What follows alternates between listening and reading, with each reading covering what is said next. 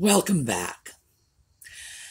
Well, the last time you saw me, I was absolutely dying in the heat, and today I'm wearing a sweatshirt. So, welcome to Pennsylvania. Yep, the temperature dropped 30 degrees in the past week. So, what can you do? Today, I have a video for you all about beds. And it's the history of the beds, a lot of different styles, and hopefully this will spark your interest a little and maybe, sort of jumpstart some creative ideas for beds in your own home. Now, unfortunately, the history part and just showing you the styles took up all of our time. So I have my notebook here. Oh, this stuff. This is a whole laundry list of standard bed sizes. I don't have time to go into that, so I'm going to have to defer this for another video, along with all the rest of the non-history stuff I was going to talk about. So, what we're going to have today is the intro. We're going to have the slideshow, the narrated slideshow. And then we are going to have sort of the outro and our little happy little Zen moment slideshow. But before we get started, I did want to show you this. This is a birthday present from Karen Hopper, our resident jewelry repurposer. And it's not the only thing Karen sent, and you know what that means. That means giveaways. And I need to talk about giveaways because I want to get them started early. And I know you're thinking, my goodness, it's not even Halloween and you're talking about the holidays. And yes, I am. I am talking about holiday giveaways. But I would like to get them started within the next couple of weeks. And the reason for that is this is coming to into our third year. And we've got a lot of giveaways. We've got a lot of viewers. I wish I could send something to every last one of you. But the way we're going to do this is we're going to do this through the Sumi's Angels Facebook page because Colleen, Karen, Lisa, and Steph have worked this out. They do giveaways better than I do. I have to haul my cat in to help. And as you know, Audie tends to go for anybody who promises him a cat treat. So we're going to let the gals over on the Facebook page handle it. I have pens from DesertDragonworks, Lisa. I have jewelry from Steffi, who has done some wonderful pieces, giveaways there. I have a fabulous Halloween tidbit tray. That's from Colleen. And, of course, jewelry from Karen. So all of the ladies have contributed. And thank you so much, ladies. And we're going to see if we can't. My hope is we will be able to get out about 50 giveaways for the holidays. So keep your eyes open. That is coming up as soon as we work out the details. All right. When I come back, I am going to get started immediately on the slideshow, and we're going to talk about the history of beds in Western civilization.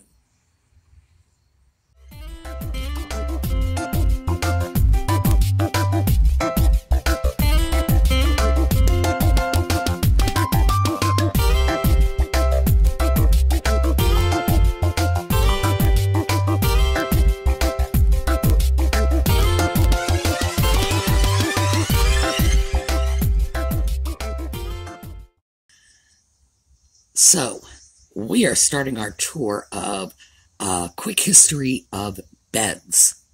Now, this is an Egyptian bed. This bed would have been a style that would have originated around 3,000 years ago.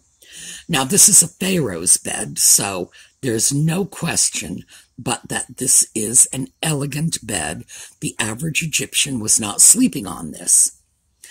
Remarkably similar in many ways to a modern bed. For example, it is off the floor, it has a frame, it has 4 legs, but notice that one side of the bed, the side on the left, is raised a little higher than the side on the right. That side on the left would have been the head of the bed. So that little board at the end of the bed, is actually a footboard, not a headboard. And because the bed was raised on one side, the footboard would have provided a rather practical purpose of keeping you from slipping out of the bed. And the reason we know that this is the footboard and not the headboard is if you'll note the animal legs that are the legs of the bed. The front legs are the front legs of an animal, and that's at the head. And the shorter back legs, the hind legs of the animal, are at the foot of the bed. Now, it has a little sort of woven frame that you would lay the mattress on, very similar to a modern bed spring. The mattress would have been a linen bag stuffed with anything. Could have been straw, could have been hay, could have been fabric, even feathers. Well, this is a pharaoh's bed. Feathers are likely. And the pillows, interestingly enough, would probably have been of wood or stone.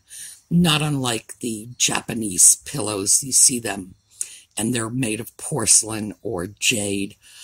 Not something I would consider very comfortable, but apparently the Egyptians were just fine with them. The thing I find impressive about this bed is note how little bedding has changed over the last 3,000 years. Next up is a Roman bed. The major changes we have here is the bed is no longer tilted. Now it's a nice flat surface. We don't see what the springboard would have been on this bed. In all likelihood, this bed, because it's made of wood, would have had wooden slats. Those wooden slats would have supported the futon-like mattress that would have been, again, stuffed with whatever, cloth, feathers, straw. And this bed also, as the Egyptian bed, it would have had linen sheets, all kinds of bedding. This one is remarkably similar to modern beds, and this is about 2,000 years old.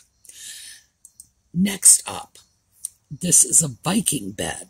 So now we are advancing about 600 or 700 years. And the Viking bed has the wooden slats. This bed is here in its entirety. We see the whole thing. The wooden slats, the mattress, which would have been the same sort of futon-like mattress, would have been stuffed with something soft. They would have slept on it. The Vikings were not known to have used stone or wooden pillows, so they probably would have had feather pillows or something similar, perhaps straw. And the Viking beds were designed to be disassembled quickly and easily so they could be loaded on ships and transported. And you can clearly see, because the joinery is all exposed, you can clearly see how very easy it would be to take that bed apart and put it together again. I'm jumping very far forward in time. This is a bed from a colonial America slave quarters. And the reason I'm jumping so far ahead is because this bed is a style that was virtually unchanged for at least 1,000 years. This would have been very similar to a middle-class medieval bed. Notice you can see on the side rails the ropes. At this point, ropes had begun to replace the wooden slats. And the ropes would have supported the straw mattress, because this is the sort of bed that would have belonged to someone who would not have been able to afford a down mattress. It would have been a straw mattress. And it's a very simple structure. And this was unchanged for 1,000 years. So this would have been the bed that an upper-level crafts person, for example, or a lower-level courtier would have been sleeping on in the Middle Ages.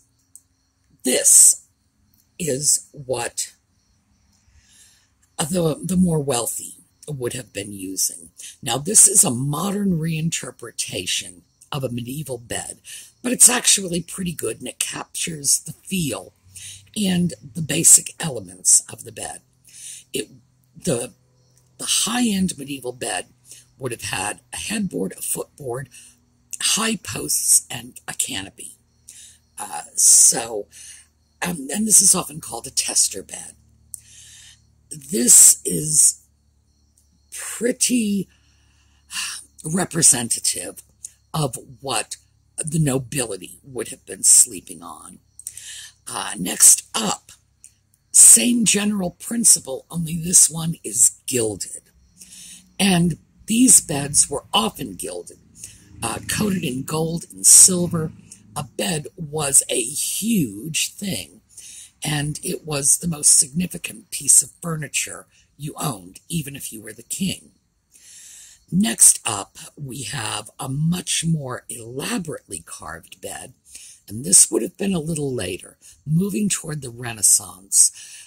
At this point, figures would have appeared on the beds. Often they were the figures of saints or other religious figures who were supposed to watch over you while you slept. This bed, if you will notice, is higher than the others. The reason for that is the other two are modern versions of a medieval bed. Medieval beds were actually quite high, and they used the space underneath the bed for storage, not just for household items and linens, but they would have trundle beds, little beds you could pull out. And so the family might be sleeping in the bed, and by the way, it might be the whole family sleeping in the bed, and then the servants would sleep in the trundle beds. And the idea of sleeping in private was a very novel concept in the Middle Ages.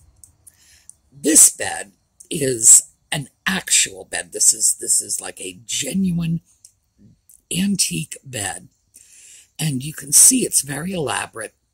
But this one is shown fully dressed, and this is what a medieval bed would have looked like.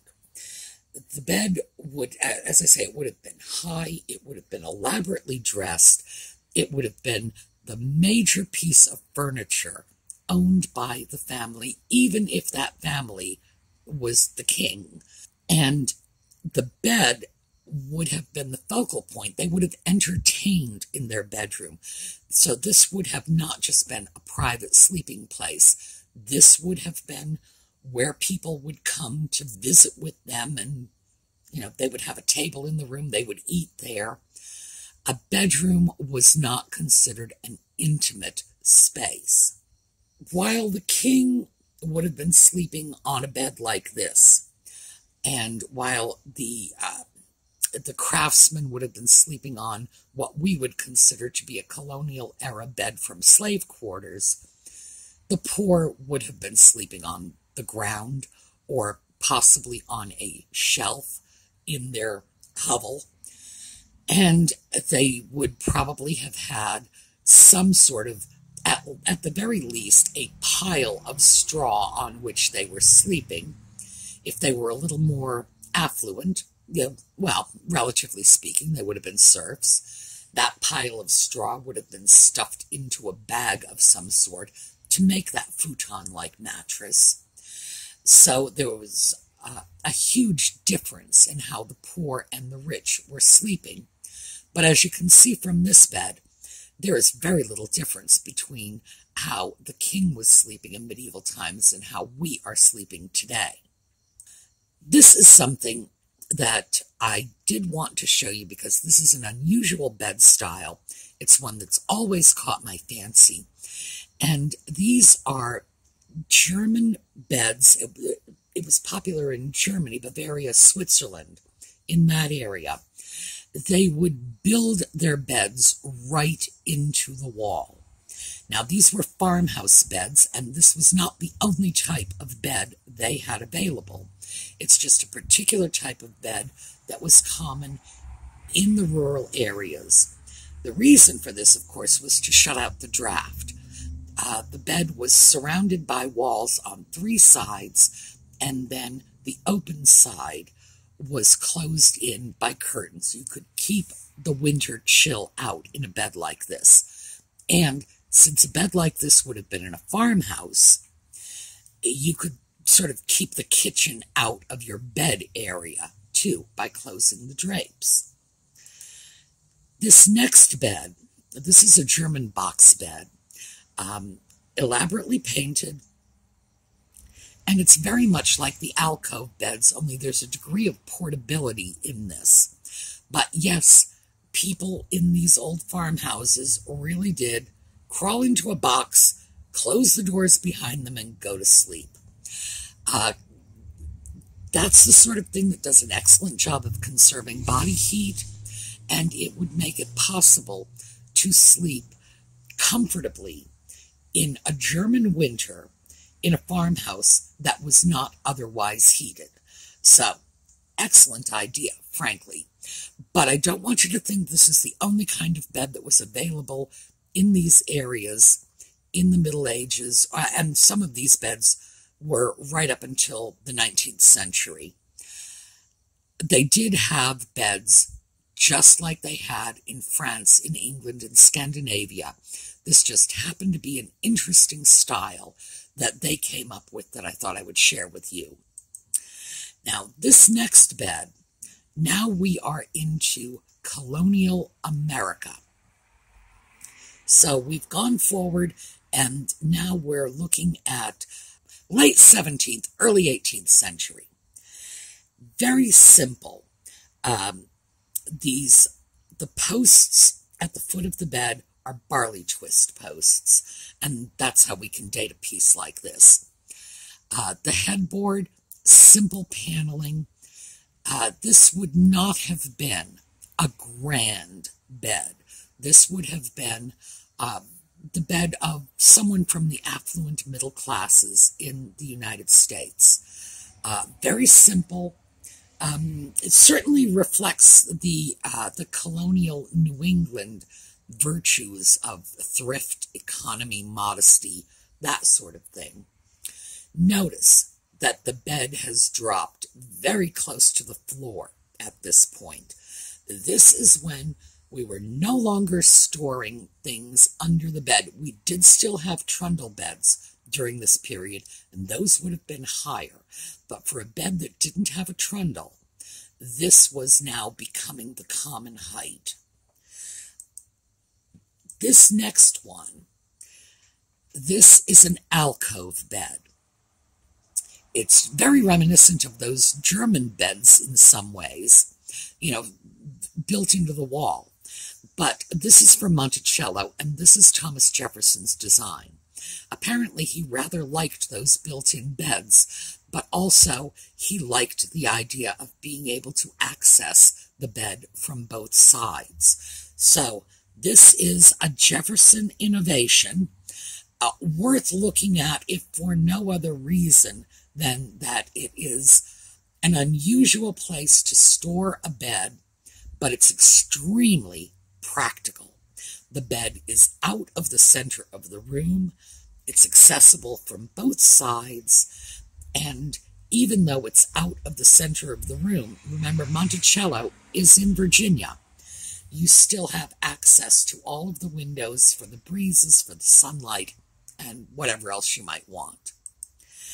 This bed is also from the same period. We're looking at 18th century here. We're moving a little further forward, probably from the southern United States. It's still got the canopy frame. It's still got the 4 posts. But notice that the headboard and footboard are no longer solid. They're comprised of these vertical turned rails. And the reason I say this is probably from the southern United States is they used lighter beds like this. And I mean physically lighter, not just visually lighter. They would cover them in netting, just as their medieval ancestors covered them in velvet. They would have covered them in netting to protect from insects. And the fact that the bed was lighter meant it could be pulled out into the middle of the room to catch all the cross breezes, because of course summers were pretty brutal in the American South before air conditioning. Now this is a mid-19th century bed.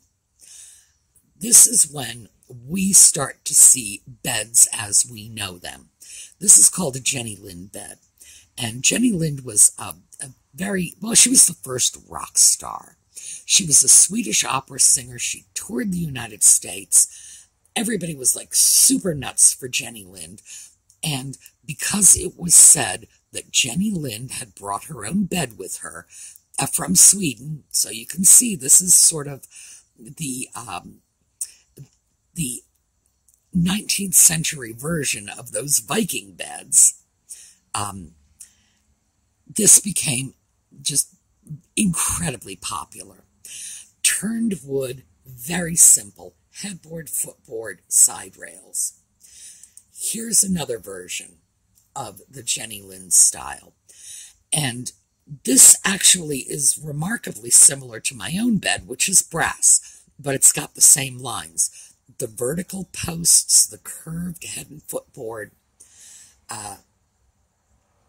And this, you can walk into just about any furniture store anywhere in the country and get a bed very much like this. It's a style that's still popular. So it's in the 19th century that we see beds turn into the beds we know today. This is late 19th century, Victorian. It's high Victorian, very elaborate. The headboards were just enormous. Some of them would go 6-7 feet tall, very fancy carvings, and it has a strong Gothic look to it. That's what we tend to think of when we think of 19th century beds. But this style of bed sort of fell by the wayside in favor of the simpler, more accessible Jenny Lind style. This is a Victorian brass bed. It's got mother of pearl inlay. And this is another style.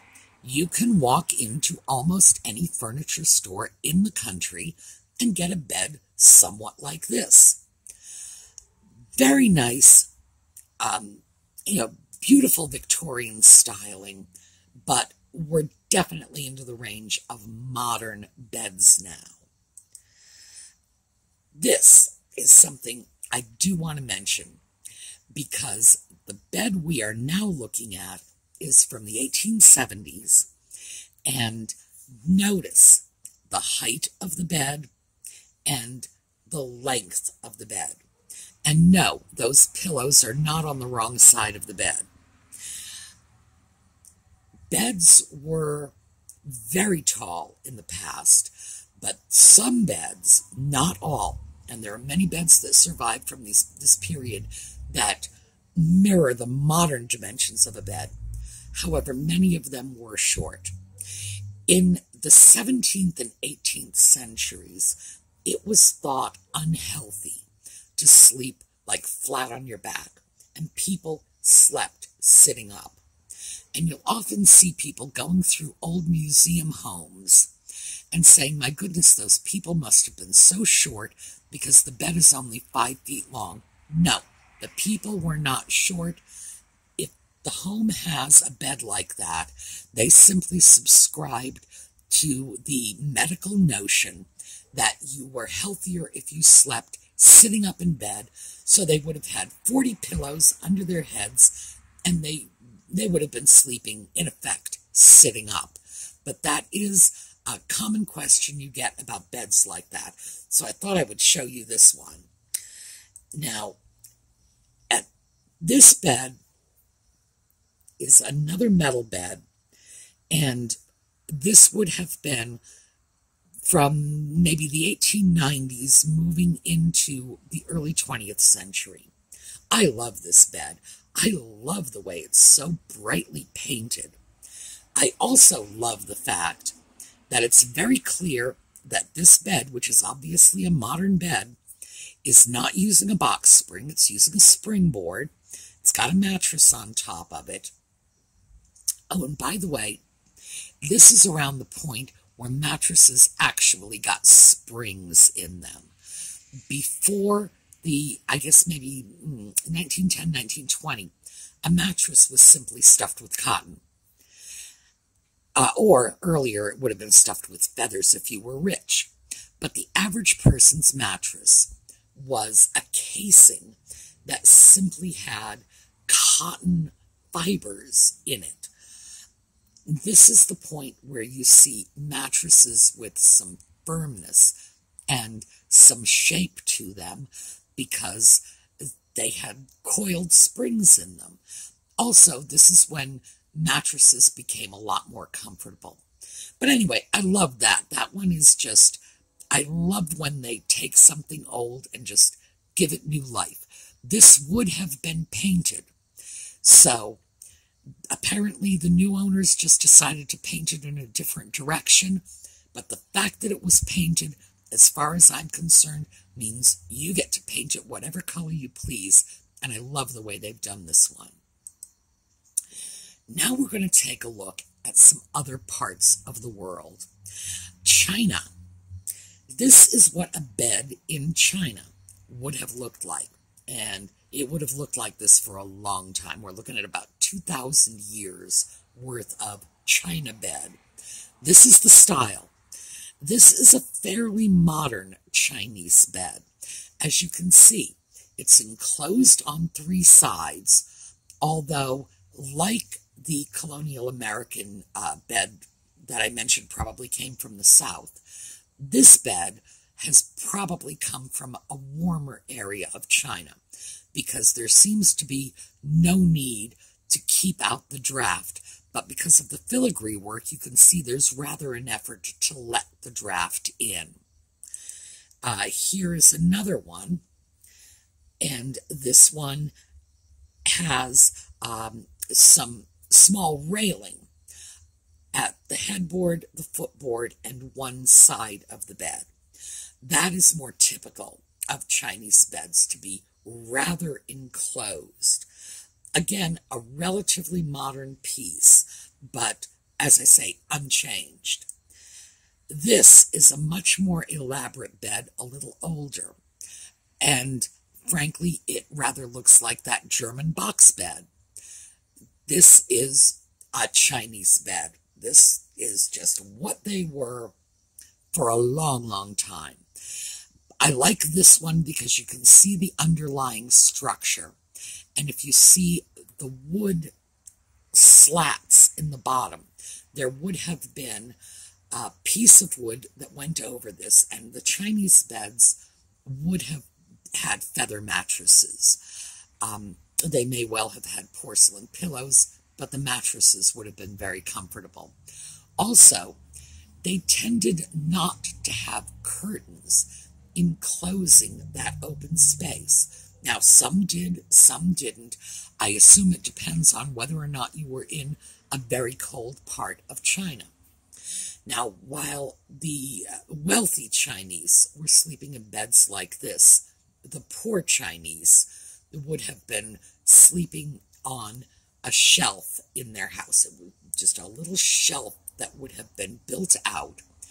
And many times, that shelf would have actually gone over the pigsty, which would have been under the house. So the pigs would have been asleep directly below the family. And the heat from the pigs coming up, through the wood where the family was sleeping would have heated the bed. Again, very clever. This is a modern bed. The reason I wanted you to see this is because I could not find any photographs of the old beds from the Middle East or the Mediterranean.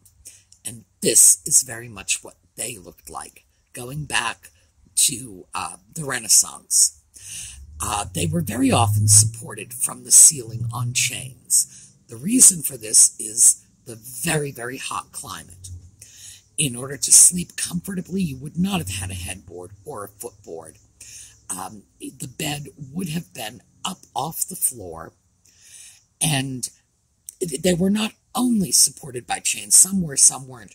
Most of the time, there were platforms. So the bed would have been up on a platform. You might even have to walk up a couple of steps, but that would have been it. And it could have been right in the center of the room. The platform would have housed the futon-style mattress, no headboard, no footboard. The primary consideration would be to catch the breeze and stay cool. So in the Mediterranean, you have the simplest possible beds, and they have a very contemporary look. So, yes, this is a modern bed, but you could have seen that basic style. In Italy, you could have seen it in the Middle East. That was something that was out there. This is a Haywood Wakefield headboard. My parents had this exact headboard. I'm sorry, when I said exact, I didn't mean this is my parents' headboard, but it was the same style. And theirs was Haywood Wakefield, same color, everything. This is one of the interesting things that happened over time as bedrooms became more private spaces. In the Victorian era, it was considered improper to do anything except, sleep in your bedroom. Anything else was unwholesome, had to be taken out of the bedroom. You want to write a letter, do it downstairs at the dining table, but don't put a desk in your bedroom. In the 50s, we started seeing the bedroom turn into a little more of a multi-function room, including, reading before you go to bed. And so headboards like these, which housed books, were popular. Now let's take a look at this. This is another version of that same headboard, and you'll notice that the beds are low now. There is no footboard. A footboard started to fall out of fashion in the 50s, and they stayed out of fashion for a while. Now they seem to be coming back, but I can remember times, the 70s and 80s, when if you went bed shopping, what you were doing was buying a headboard and a frame, because the mattress, and this would have been on a box spring as well. The mattress and box spring would have been on a frame. But the introduction of the box spring, which was something that came in the mid-century, allowed you to get rid of the footboard. And here is another 1950s bedroom, just so you can see. It really impacted the styles. And this is where we get from here to our modern bedroom, which is a mix of just about any style we want. So, as you can see, once you get me started talking about history, you just can't shut me up.